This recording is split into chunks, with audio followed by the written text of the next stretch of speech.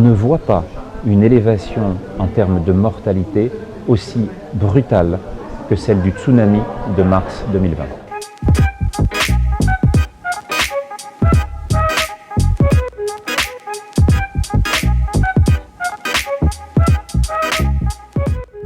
Ce que l'on comprend de cette épidémie, comme de toutes les autres, est celle d'une course à l'armement d'un côté, ainsi que celle de l'augmentation des capacités adaptatives et de défense de l'autre.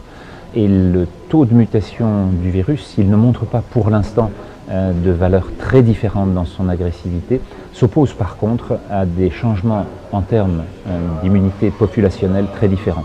On en a deux exemples, celui de la Suède qui n'a pas confiné et qui voit son taux d'immunité actuel autour de 40 à 45%, établir et ne pas voir de réaugmentation pour l'instant de son taux de mortalité.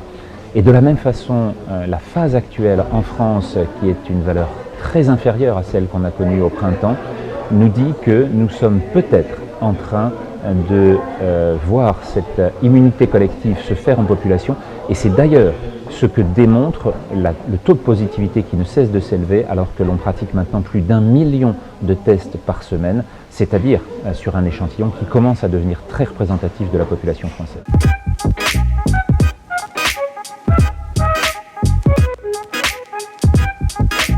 Il y a eu des défauts d'interprétation des chiffres qui ont été secondairement ceux d'une mise en évidence d'un changement d'indicateur qui est parti de la mortalité au printemps pour aboutir au nombre de tests positifs à l'automne.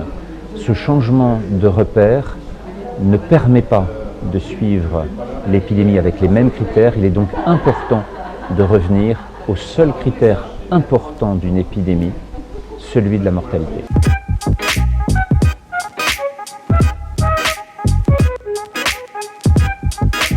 Ce que l'on voit, c'est que les pays en développement ont eu un taux 10 fois plus faible de mortalité rapporté aux millions d'habitants par rapport aux pays développés.